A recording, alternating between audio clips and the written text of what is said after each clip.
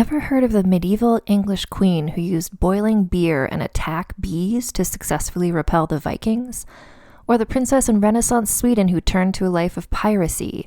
What about the 17th century Angolan princess who executed a man for daring to criticize her active sex life? These are just 3 women profiled on Vulgar History, a feminist women's history comedy podcast. My name is Anne Foster, and the goal of this podcast is to share the stories of history's most scandalous women, both those you've never heard of, as well as taking a new look at ones whose stories you thought you knew. Vulgar History is available on all podcasting platforms. Hope you take a listen.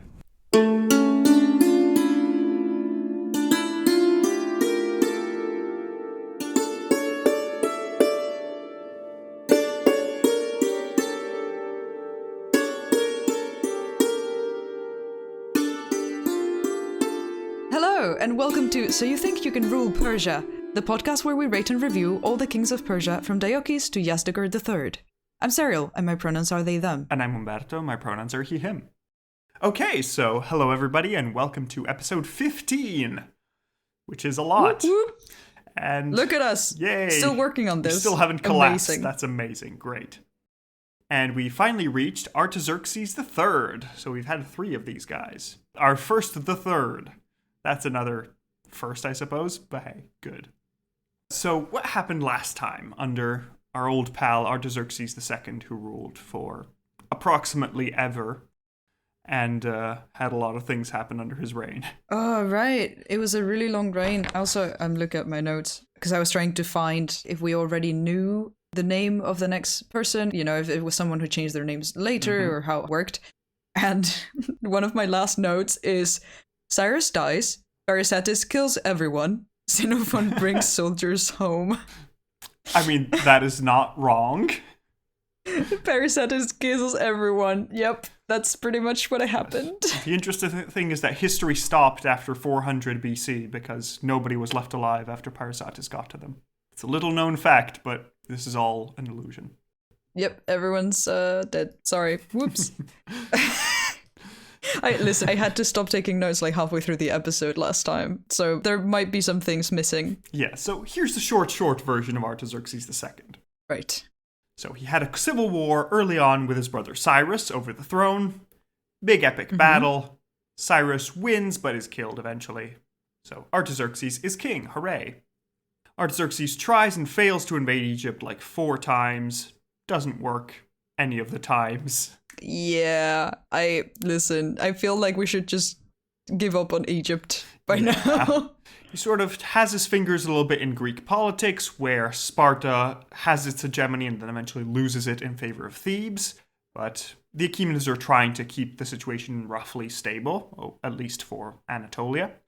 And then towards the end of Artaxerxes' life, there was a massive war where almost everything collapsed when a whole bunch of satraps rebelled at the same time, and they coordinated with the Egyptians to try and destroy the empire. But fortunately for Artaxerxes, there was a coup in Egypt which made the Egyptian part collapse, and then the leader of the satraps' revolt gave up his co-conspirators so he could keep his job. And so the rebellion sort of ended somehow, even though a lot of the rebels still have their jobs. We'll just say it's over. Yeah. You know, that's it. Yeah, exactly. And then the succession was kind of messy because a lot of people died. One of the sons of Artaxerxes tried to kill him. Another son killed himself. And now the third son is Ochus, who changed his name to Artaxerxes III and is now today's episode. History repeats itself. Yes, it's very familiar.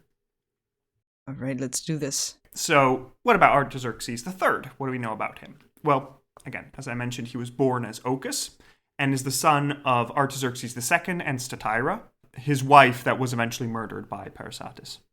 Oh, yeah. Oof. Yeah, I keep forgetting about all of this. There was a lot of stuff that happened. Mostly Parysatis killing people. That is the main part of history, really.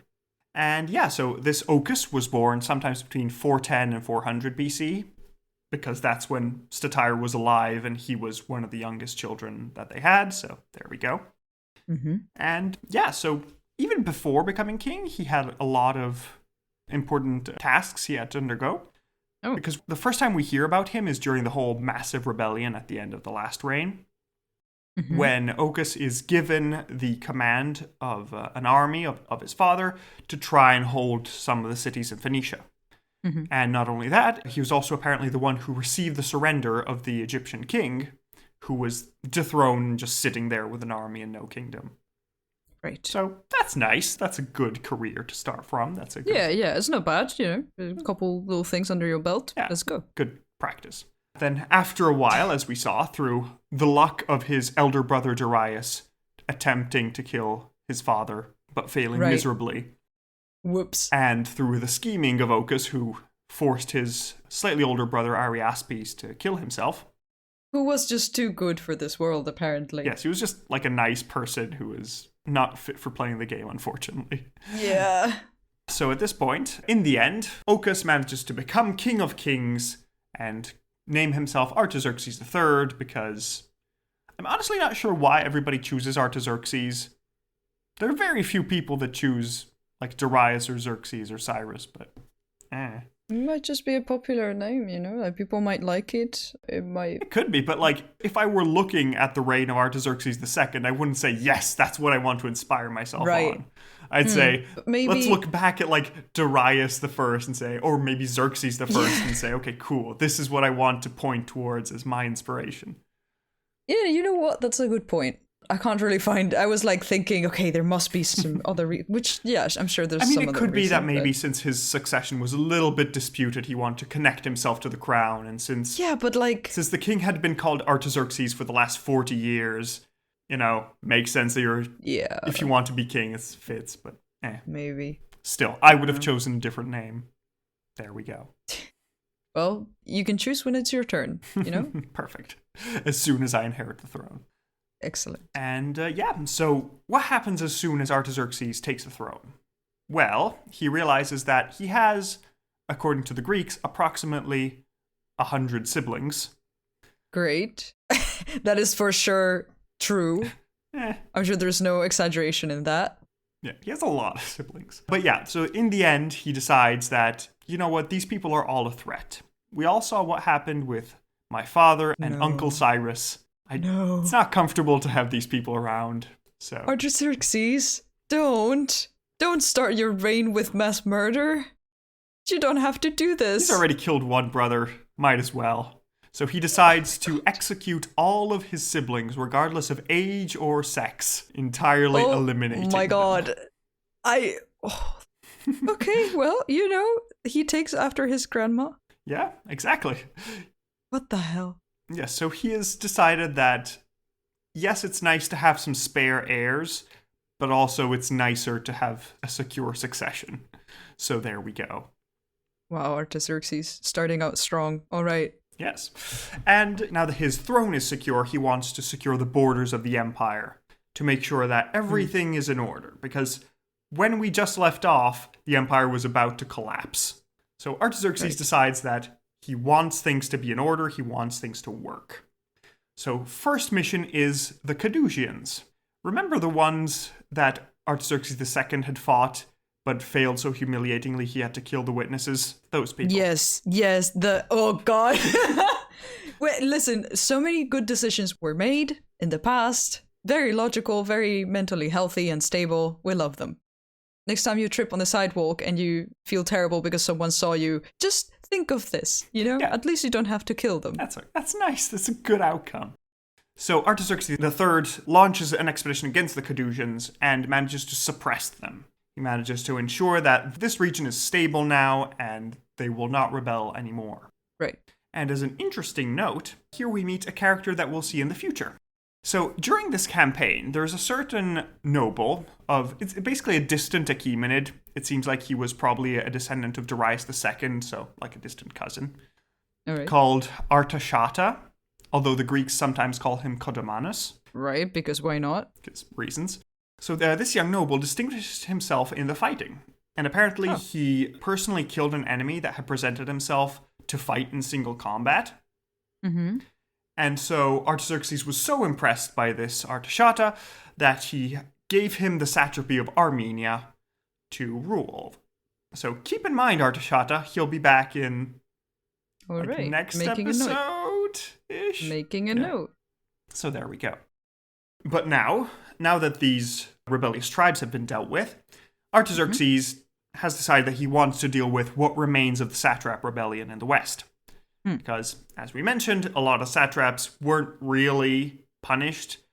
Everybody just agreed to say, okay, let's just stop. We're all tired. Let's go home. War sucks. Let's not do this anymore. Yeah. Yeah, exactly. So what happens is that Artaxerxes orders the satraps of Asia Minor to give up their Greek mercenaries. They're saying, okay, if you're not going to fight me, you don't need to have swords anymore, so send them all home. I don't want to see them. Right. But one of these satraps, called Artaxerxes, who had participated in the revolt previously, decides, oh no, this sounds like I'm going to get arrested soon. I'll revolt now. Yeah. Time to try one last time before, Yeah, let's see. Just another shot. Time to save my neck, hopefully. Let's see how it goes. So at this point, Artaxerxes calls up the Athenians and says, Athenians, you want to kick some Achaemenid butt? Because we're going to. Would you like to join? Then the Athenians look in the direction of Artaxerxes III and his body pile of siblings, and they say, thanks, but we're busy. Good luck with your thing. In the meantime, however, the semi-independent satraps are still messing things up. Because satrap Mausolus, the guy from the mausoleum, who was on the coast of Anatolia, was busy acting sort of independently and taking a lot of Athenian-aligned cities on the coast because Athens wasn't doing great.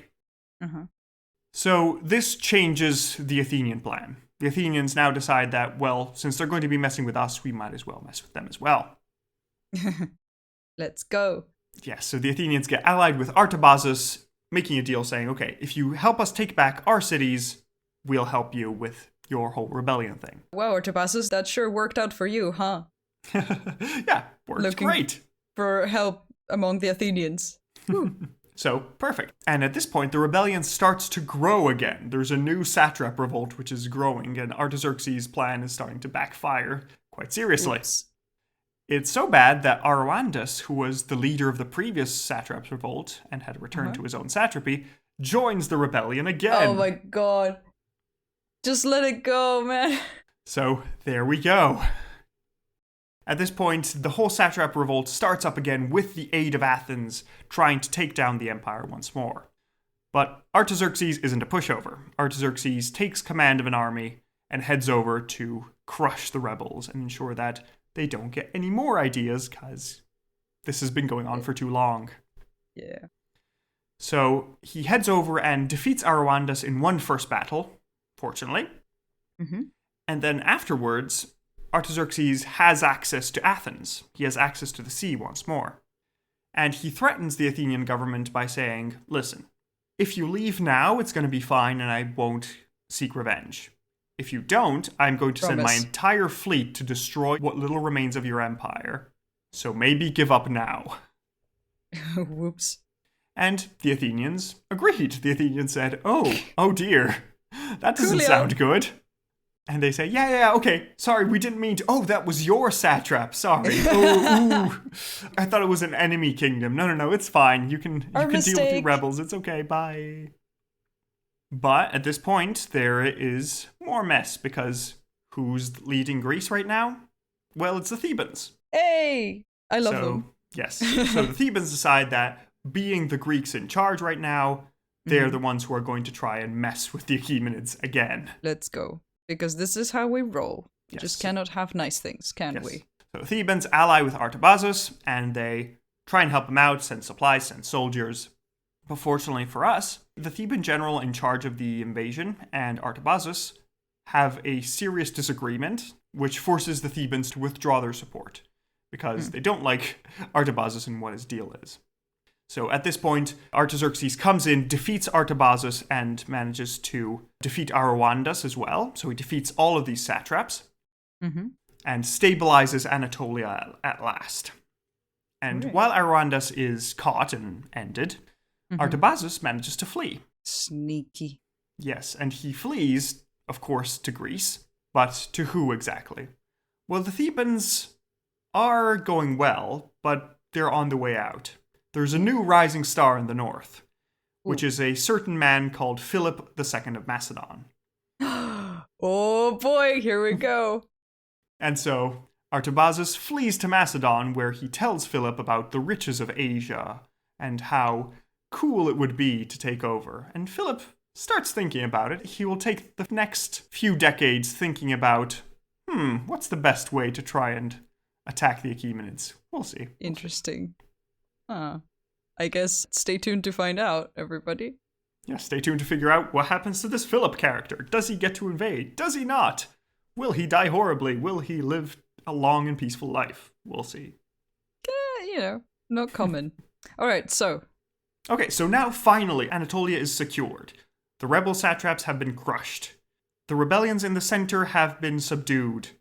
Awesome. Yeah, because we left last episode with the Empire, starting to crumble badly. Everything was uncertain, there were so many rebellions, everything was just going to Yes, exactly. But now Artaxerxes has decided that if he can't bring back a golden age, he's at least trying to make a silver age. Right. So let's see how that goes. But, what is the last bit that's missing from the Empire? What is the last task that he should do? I honestly have lost count. I don't know. Egypt. I mean, I thought we weren't doing... That's what came to mind, but I thought we weren't doing Egypt anymore.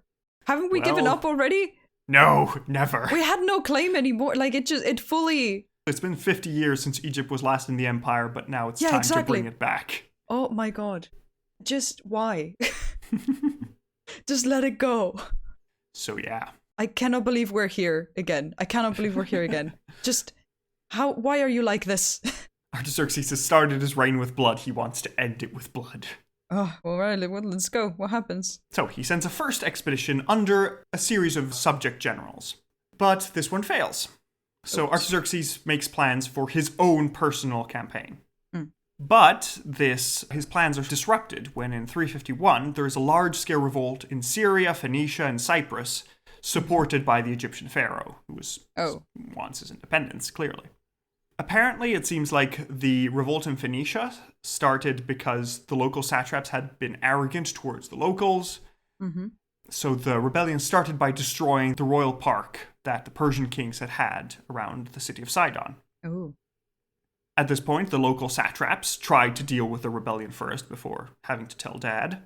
And they tried to invade first, but the rebels were reinforced by the Egyptians, who had paid for a number of Greek mercenaries. So the local satraps are pushed back. At which point Artaxerxes himself decides, okay, that's it. I'm going. Let's crush them all. So he heads towards Phoenicia. And at this point, the king of Sidon sends a letter to Artaxerxes. Right. What does he want? The king of Sidon says, listen, I know that you're a powerful king. I know that you're really scary. And I know that my rebellion is going to fail if I keep to it. So I'm going to betray the city and help you against Egypt. How does that sound? Uh-huh. I mean...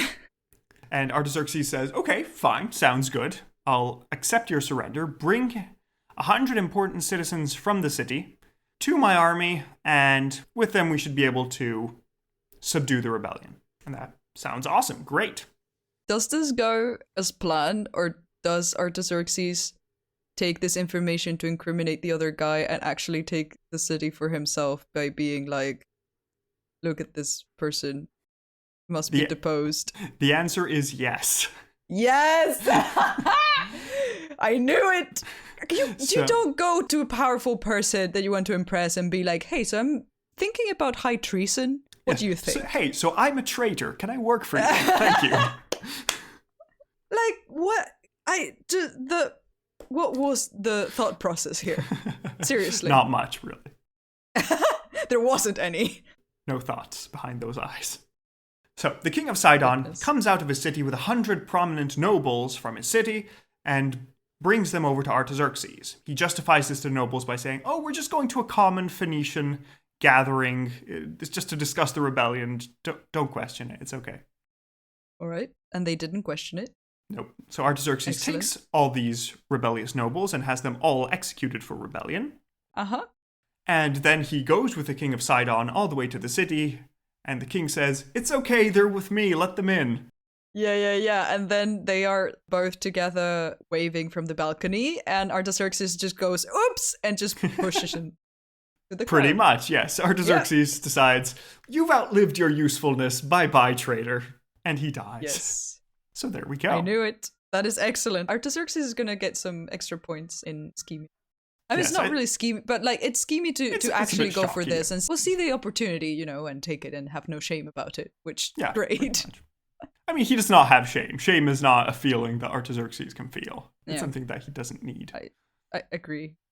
So at the same time, a general of Artaxerxes managed to take Cyprus, so here we go. Full-scale invasion of Egypt with Artaxerxes at the head, 346 BC. Let's go. Mhm. So Artaxerxes, first of all, asks to all the cities in Greece, hey guys, we're going to take back Egypt. Who wants money? Anyone want to join? There's candy. Yeah. So Athens and Sparta refuse on friendly terms. They say, we'd love to, but we've been under the weather for the past 50 years, so we don't really have the love to, but- resources for this. I can't go. I'm sick. Pretty much. But Thebes and Argos say, ooh, money? You say, money? Oh, yes, let's invade Egypt. Hooray! Woo! And so they send a nice group of mercenaries to Artaxerxes, Fun. who has so many mercenaries that he has to divide his army under the control of two different men. Okay. The Greek mercenaries are under a man called Mentor of Rhodes. He's a Greek. He knows them. He's going to be able to rapport with them better. And then his rest of the imperial army is generally under the eunuch Bagoas, Okay. who, if you know the eunuch Bagoas, no, not that Bagoas, this is another one. I, do not know him, but You'll Good- find good out, but different man, same name. yeah, pretty much. It's apparently a common eunuch name. I don't know. So there we go. At this point, the invasion of Egypt starts.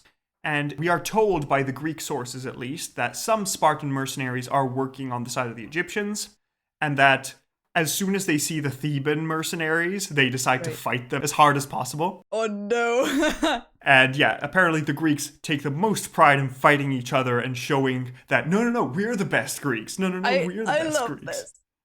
What, unifying against a common goal? Nah, that. We're just going to punch each other on the face. Fight Greeks. Yes. Greeks against Greeks. Woo. Excellent. Perfect, yes. And apparently during this expedition, the pharaoh of Egypt, called Nectanebo II, incidentally. Nectarine.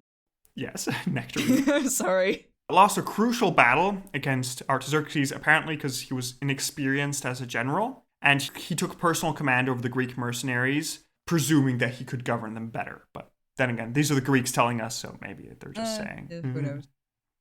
Also, apparently, we're told that Nectanebo decided to lead this expedition in person rather than delegating to another general because he had a prophetic dream that is recorded here in a we go. papyrus. Let's go. I like prophetic dreams. Yes, they're excellent. So in this prophetic dream, Nectanebo saw a great throne upon which the goddess Isis sat, surrounded by all the other gods.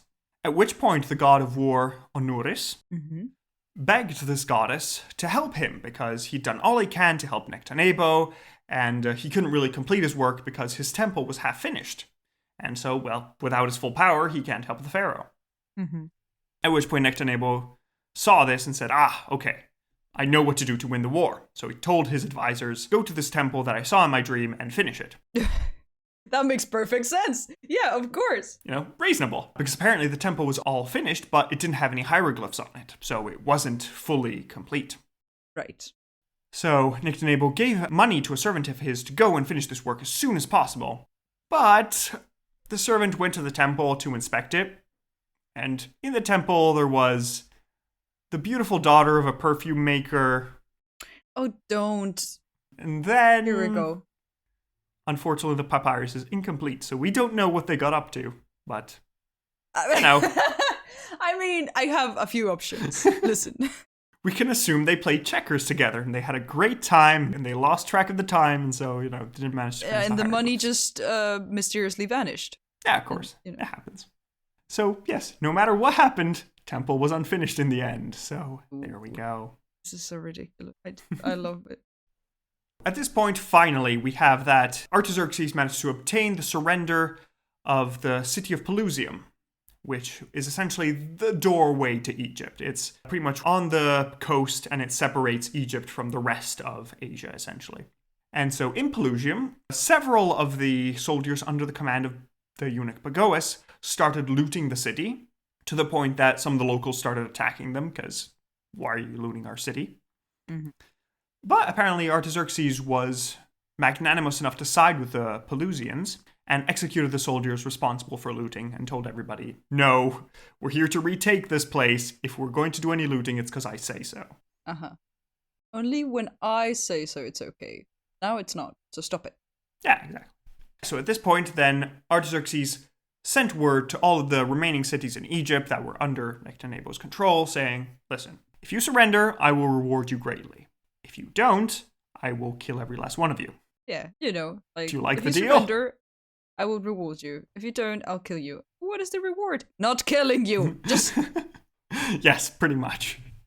you get to live and not have a city burned to the ground. How does that sound? Yeah, but apparently there was an actual monetary reward of some sort, because we get reports from inside the different Egyptian cities of arguments between the Egyptians and their Greek mercenaries on who would be the first to surrender and get the reward. Excellent. So, not ideal, but hey. I love this though. Just let's bet on it. Yeah, pretty much. There's also a particular example of this whole surrender going on in the city of Bubastis, where apparently Bagoas and Mentor of Rhodes, the commanders of respectively the Achaemenid and Greek mercenary forces, were commanding the siege. So the Egyptians first sent a message of surrender, but then the Greeks intercepted this message and attacked the Egyptians, saying, wait, why are you trying to give us up? We're going to surrender first if anybody's going to surrender, not you. Oh no, now they're rushing for it. I love this. This is so silly. However, it also seems like there was some dispute in the Achaemenid camp, because apparently the Greeks in Bubastis were in communication with Mentor of Rhodes to betray Bagoas. Oh, whoops. So that Mentor would get all the glory. Okay. So apparently Bagoas was allowed to enter the city by the Greeks, but as soon as he was inside, the Greeks closed the gates and captured him. Oh, whoops. But luckily enough for our side, at least, it seems that Bagoas and Mentor made some sort of deal together, and after Bagoas being imprisoned, they all agreed, okay, fine, you're going to be freed, let's just take the city peacefully, nobody has to argue, it'll be okay. Please. But I'm proud of these, not escalating it further. Yeah, and actually, the collaboration went so well, the Bagoas and Mentor worked really well for the rest of the conquest of Egypt, and managed to take each city bit by bit, working very well together. Impressive. Yeah, I guess they got along as, work Yeah, exactly. partners. Wow. Yeah, after that brief hostage incident at the beginning, it all went fine. It's all water under the bridge. It's what's a hostage negotiation among colleagues? It's okay. Exactly. You get it, right? Yeah, I get it. It was a strategical... It's cool, don't worry. Yeah. We've all had a bit to drink, it's okay. So at this point, seeing all his cities starting to surrender, the pharaoh Nectanebo flees Egypt. He leaves it entirely, going south to Nubia, where he has a short-lived little kingdom that is eventually destroyed. Mm-hmm. At this point, Artaxerxes enters triumphantly into Memphis. Finally, Egypt is part of the Achaemenid Empire once more after 50 years of rebellion. Whoa. Artaxerxes has taken it back. I don't know how to react. I can't. Yeah. I can't believe it. Just good job, Artaxerxes. I did not expect this. I expected this to go terribly, terribly wrong. So go you. Yeah, he did a great job. And when he enters Egypt, he ensures that he will destroy the walls of the main cities to make sure that, no easy revolts this time. If you take a city, we'll take it back quickly.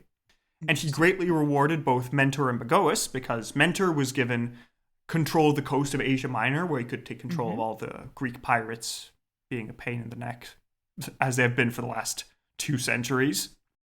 As pirates do, right? Yeah. While Bagoas, in the meantime, was given essentially a role as his chief advisor. All right. Commanding a large part of the empire and being his delegate. Good. Yeah. So Good. Egypt is there, finally.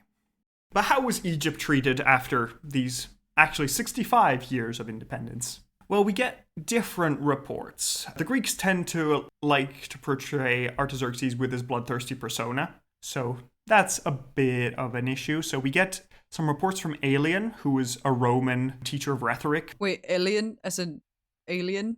Basically, yes. Same word? It's written the same? Aelian. Oh, okay. I was so... it's for close. a moment, I was like, this does not sound like a Roman name, but... Who, incidentally, is also the only Greco-Roman to mention Gilgamesh. Oh, alien. Yeah, but he's writing like 500 years in the future, and that's the only source we have, so... Shovels of salt with this information. Okay. Because apparently Alien tells us that Artaxerxes personally sacrificed the Apis bull, again like Cambyses. Again, yeah. And not only that, he replaced it with a donkey. And this is the reason he was nicknamed Donkey by the Egyptians. Although the translation I had of Alien says that his nickname was Ass, so use that as you will.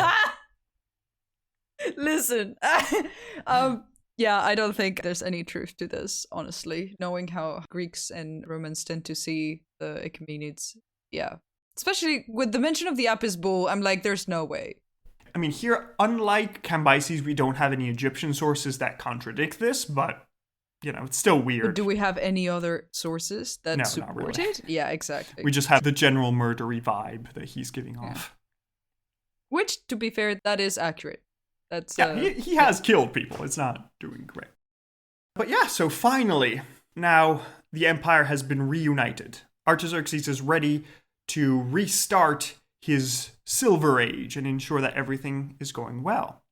It is now the greatest extent the empire has been since Darius the Great. So, impressive. Whoa. Yeah, incredible. To ensure that his goal is fulfilled, Artaxerxes goes on a vast reorganization of the empire, because it's not enough to just hold on to everything. The empire has been holding on to the old methods it had, slowly becoming more entrenched in its views, slowly becoming more sclerotic. Artaxerxes has decided he's going to do away with all the dust and cobwebs and ensure that everything is back to its shining self. So he reorganizes the imperial apparatus, strengthens the central authority that had decayed in recent decades, tries to curb some of the more independentist satraps to ensure that the empire can hold better together. And not only that, he is the first ruler to build a new palace in Persepolis since Xerxes. Ooh. The first, of course. So he is managing to restore everything and ensure that, well, there is a new setup and that the empire can proceed as it was meant to, and we don't have to deal with the old decaying system that was just making do. I am very impressed. Not because this is like out of the blue or completely out of question to do, but because, yeah, this is what you should be doing. This not only conquer new things for the empire, but then make sure that that empire works and that it can support itself and that it's going to work out, especially because the bigger the empire, the harder it is to keep together. And so, hey, Artaxerxes, look at you, doing the thing.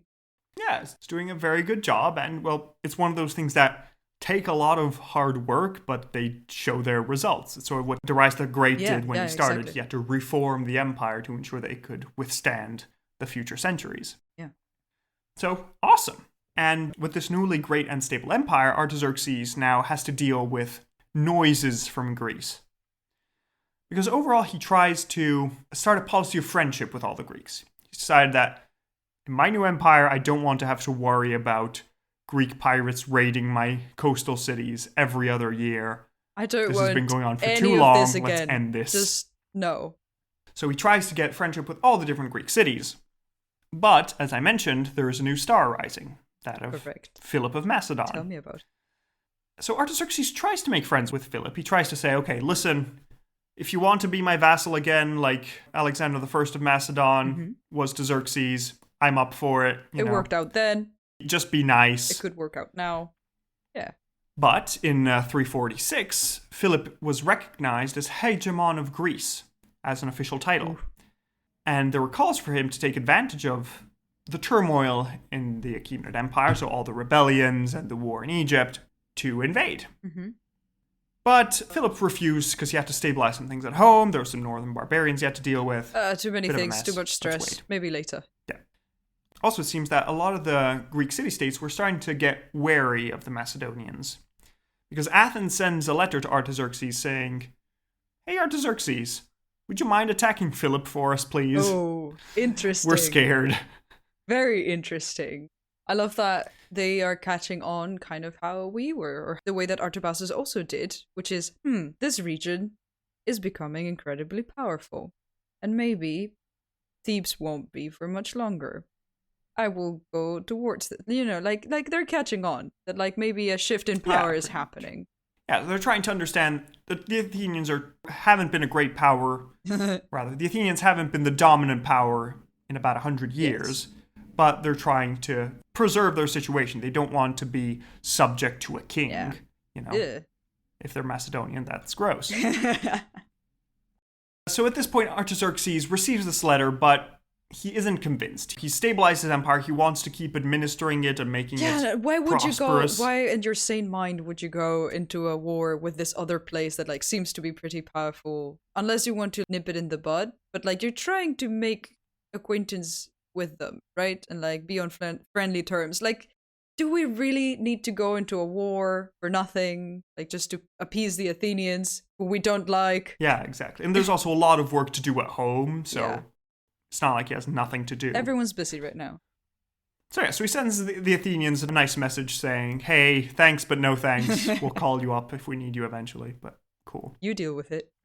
But then Philip starts to look a bit threatening because he besieges the city of Perinthus, which was one of the cities dominating the crossing from Europe into Asia. So if he takes that city, well, road into Asia is pretty open. Strategically important. Yeah. So Artaxerxes is not happy with this. In fact, he sends an army under one of his generals towards Perinthus to help the city and ensure that Philip doesn't take it. And he provides enough resources that Philip decides that, he's going to back off. While Artaxerxes was attacking Egypt, he was distracted. Egypt is now Achaemenid again. The empire is stabilizing. Yeah. Philip sees this situation and decides, okay, fine, maybe later. Yeah, maybe not the best moment. So he abandons the siege of Perinthus. I'll wait for a more unstable moment. Yeah, exactly. So he abandons the city of Perinthus and, well, Artaxerxes has once again proven that, yes, the Greeks might be able to irritate the empire, but they're not going to try and invade it. They're not a menace anymore. Yeah. And actually, all of this is heard a lot in Greece, because there were a series of politicians in Greece that were calling for a grand, full Greek invasion of the Achaemenid Empire. Yeah, you go ahead. Try it. Yeah. Now that the empire is stable and in its silver age, they're all silent. Oh, surprise. Because they see the empire is in order and they say, oh dear, they're not collapsing anymore. Let's stay home. They had a little bit of hope there with Artaxerxes II, with like how the empire ended. Things were going out of control. Surprise, we're back. Yeah. So perfect. We're doing really, really well. But back at home, Artaxerxes also has time to make a family. So he married, apparently, a niece of his. And also the niece of that Artashata I mentioned earlier, the strong dude. Right. Yes. And they have apparently 3 known children. A girl called Pardasatis, after grandma. Well, why not? Oof. And a boy called Arses. There's also another known son called Bisthanes, but he seems to be some sort of either son of a concubine or something, but he pops up a little bit later on. He's not too important. But, okay. We know him. But yeah, we know that he definitely has more children, but they come up in this story that I'm about to tell you. Oh, all right, well. Because at this point, Artaxerxes and all of his children were at a great feast in the capital. And they're feasting, having a great time, enjoying themselves, rejoicing in the riches of the empire and the fact that finally everything has been restored. The Greeks are scared of us again, as they should be. And hooray, everything is perfect. We're building a new palace in Persepolis. So we can celebrate now, finally. Yes. Artaxerxes then goes to take a drink of his wine. Oh boy. And all his other sons go take a drink. They've made a toast. Bottoms up. Down we go. My spidey senses tingling. At which point Artaxerxes coughs. Uh-huh. Coughs some more. Oh no. And he starts Then he starts coughing very, very much. Oh, dear. And he falls down dead. Oh, no. Together with all of his sons. Oh, my God. Except Arses. Aha, I see. Mysterious. I wonder who poisoned the cups. Yes. At which point from the shadows, you see coming the eunuch Bagoas, who had been rewarded for his loyal service. Oh, so this guy, you said it's not that guy. I was like, well, I guess he won't be that important apart from being a general. I guessed wrong. Nope. And he goes up to the young, impressionable Prince Arses, who has so recently lost all of his family, and says, "My condolences, my king. Oh my God. Don't worry, I'll be a good advisor to you." What? This is excellent. I love this. And that is the end of the episode of Artaxerxes III. Stay tuned for the reign of Arses, also known as Artaxerxes IV. Another Artaxerxes. Well, I guess Arses. It's popular. Or, Bagoas, really. But... yeah. It's pretty much the reign of Bagoas. Exactly. Yeah. That's what I was going to say. Oh my God. That's so good. So. That's excellent. What are your thoughts on Artaxerxes III? I'm honestly very impressed that everything went as well as it did, that he actually managed to get everything under control. I was really worried that we were entering a big period of terribleness already with Artaxerxes II. But hey, we might last a bit longer, Yeah, managed to at least restore the empire to something that isn't going to collapse. Exactly. I mean, obviously, I am aware of how many episodes we have to get through. Like, I don't expect the empire to dissolve anytime soon. But we could have an era of bad, dark ages before it comes back, or I don't know. So, hey. We definitely will. Yeah. I'm waiting for that. But yeah, no, very impressed, very pleasantly surprised that things are going so well, that he managed to do all these things, that like the plans were smart, the strategy was smart, then things went well, obviously, with the battles and the conquering, and very murdery, but it did the job.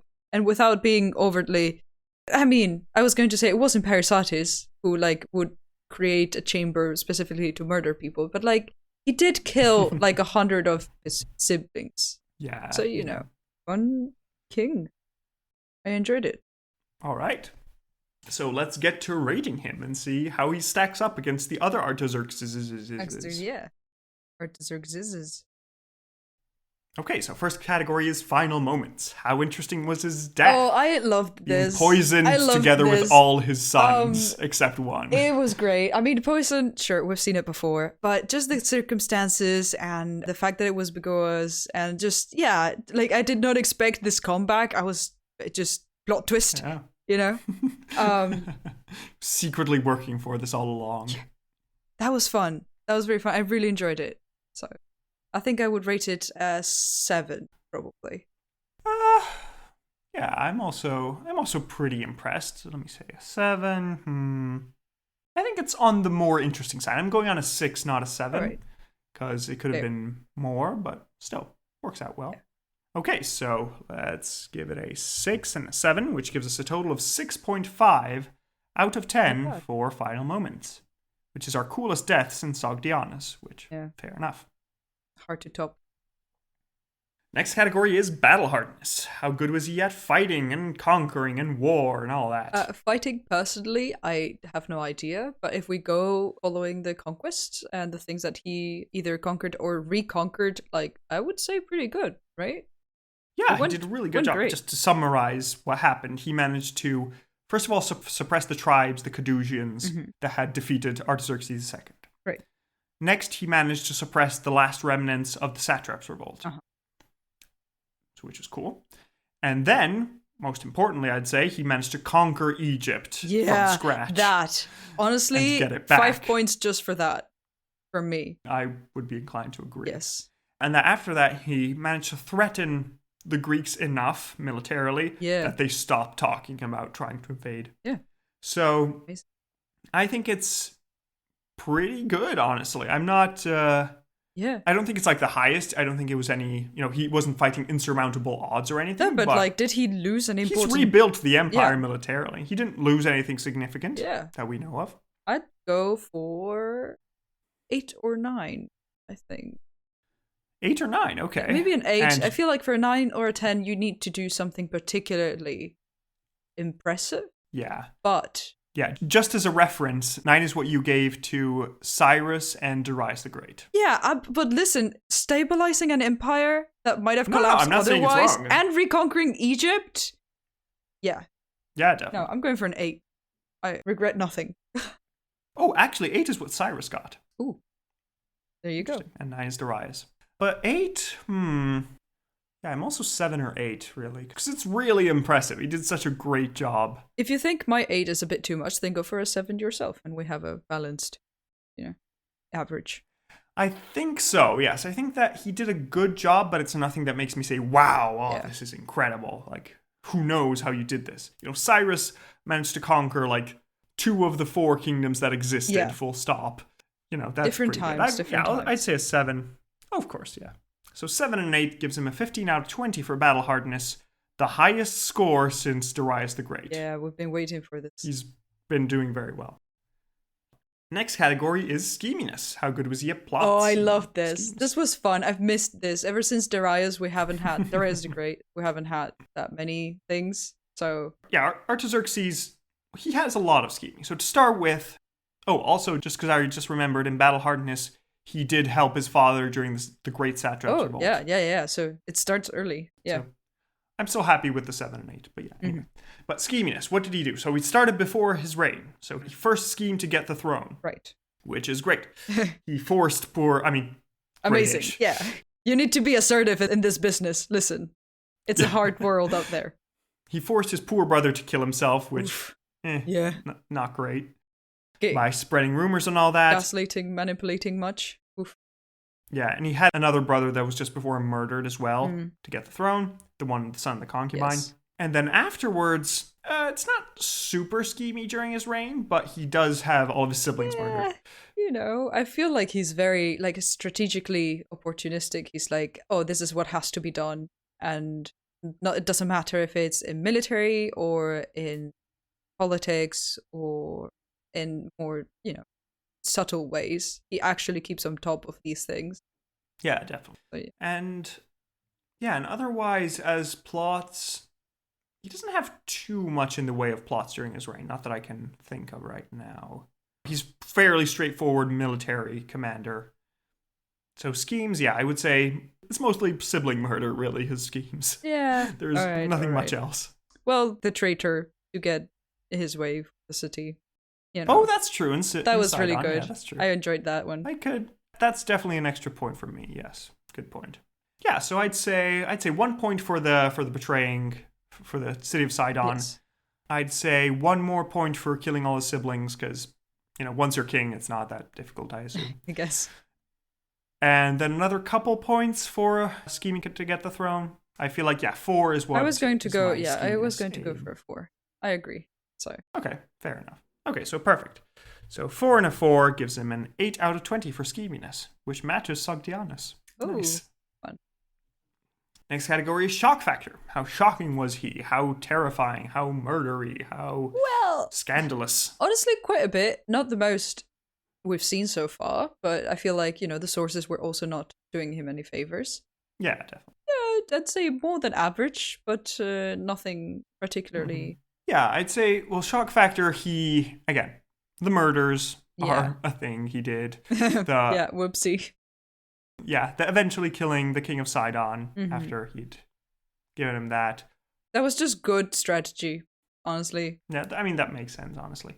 I mean, there's the raising the walls of the Egyptian cities, but, can you blame him? Yeah. No, that's just what you do if you want to keep. Yeah. Also, when his soldiers are looting Pelusium, he forces them to stop and executes the perpetrators. So that's pretty good. Yeah. And then, again, there's the murder of the Apis bull, but I don't think that's how much do you really want to give to that?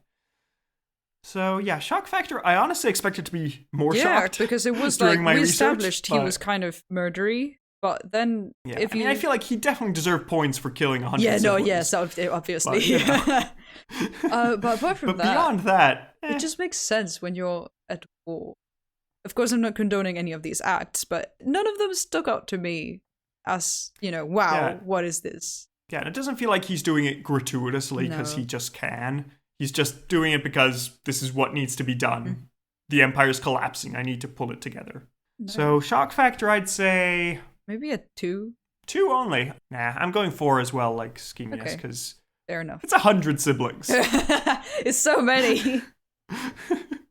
Okay, so you're sticking with your 2? Yeah. Was not impressed. So 4 and a 2 for shock factor gives us a 6 out of 20, which is actually quite low for everybody. He doesn't even pass Artaxerxes II. Okay, next category I think is going to be good for him, and it is Aaron Shine. Yes. How good was he for the Empire? He Finally. Restored it. We love it. We love to see it. Yes. Excellent. Yeah, so what did he do? He stabilized the Empire internally, defeated the Caduceans, defeated the remains of the Satraps revolt, scared away the Greeks, took back Egypt that had been gone for 65 years. Yes. Only that, honestly, great. Like, even if it had only been that. But it's not stopping here. Yeah, then he restructured the empire to ensure that it sort of lost a bit of its cobwebs that were accumulating, and was the first person since Xerxes I to build a full new palace in Persepolis. Yeah. Which is showing that things are going very well. It truly, like, he gave a full-on makeover to the empire. I'm very impressed. Yeah, I'm very high up with this. I don't know what exactly to do. I will go for a 9. My heart says it's the correct thing to do. I was so worried the empire was going to fall, and it didn't. Boom. Yeah, I'm also oscillating between... I'm in the 8 to 10 space. I see. Although 10, not really, because there are still some problems. The problem is that he was murdered too early to fully complete his plan. Damn it. Which isn't his fault, but... but there are still some issues, and... Yeah, you know what? I'm going for... Is he better than Xerxes I, though? What? Different situation. That's true.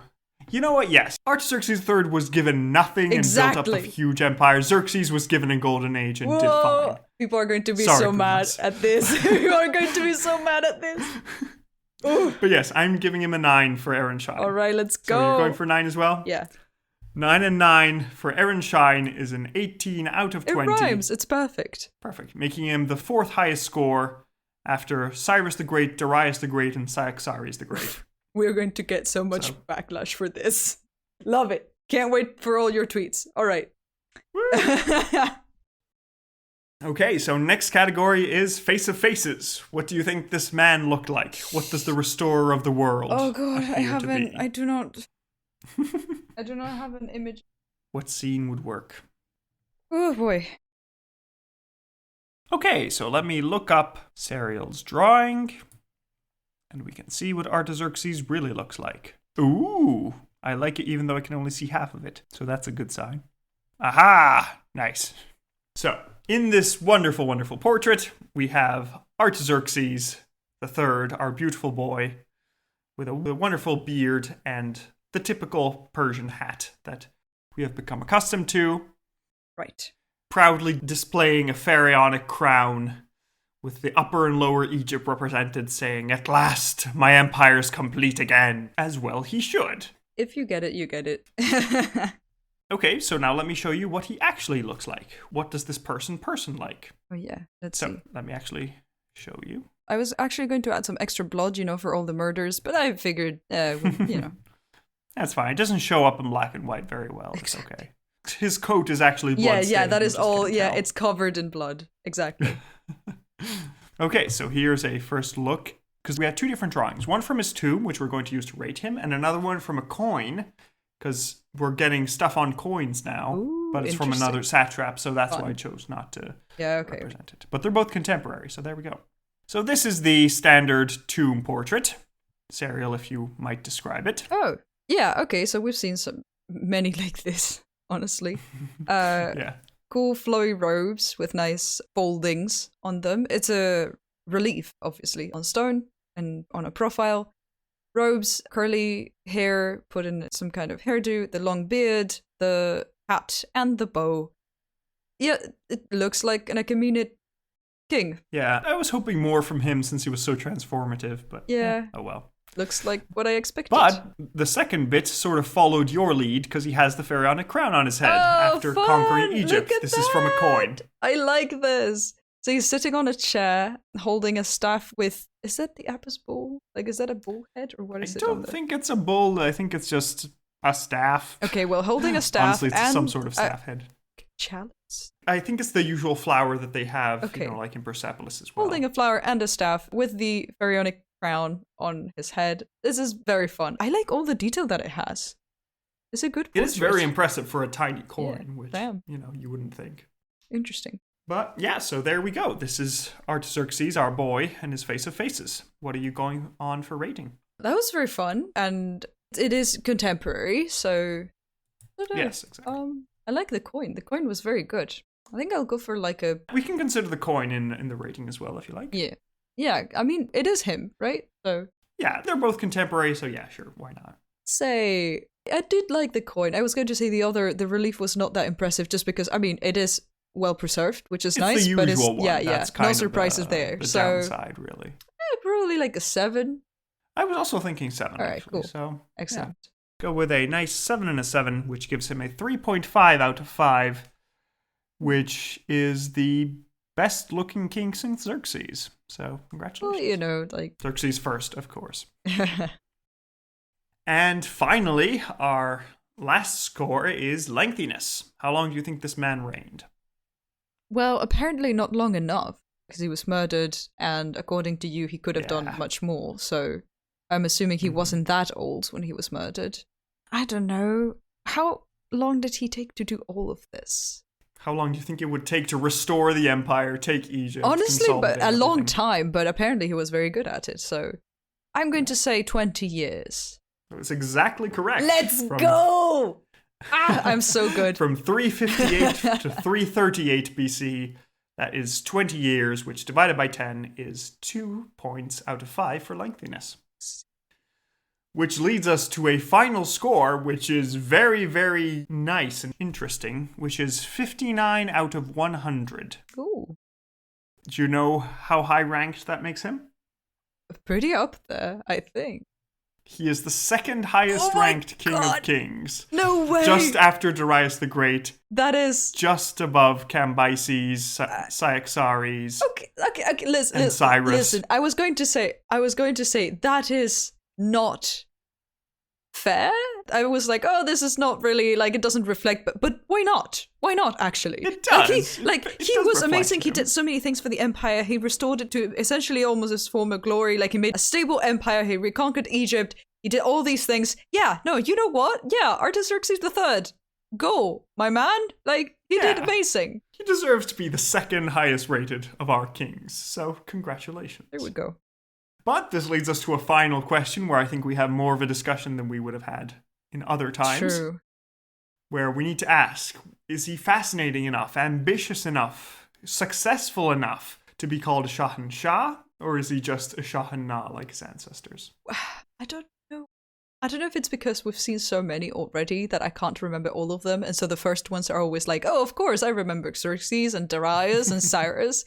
And now I'm like, who are the rest? But I don't know. I mean, I think that he is just the most... I mean, again, this might be an issue with sources and everything. Yes. That's always something you need to keep in mind. But he has been the most active king since Xerxes the First, who was our True. last Shahanshah. Yes. All the other ones that were in this later Achaemenid period were mostly just keeping the boat going. They weren't restoring anything. They were just accepting that it kept going. And sure, they had some interesting things. There were some interesting plots and all that, but the empire was just slowly going into a slump. Yeah. Artaxerxes took the empire that had almost collapsed just a few years before his accession and restored it to its former glory, ensuring that it was so all impressive. Like, I fully did not expect to be this impressed. Yeah, that's why I think I'm going for a Shahanshah. You are? What you're going for? I don't know if You're doubtful. I don't know. Why are you doubtful? Because what happened that was so... Why would I tell my friends about this?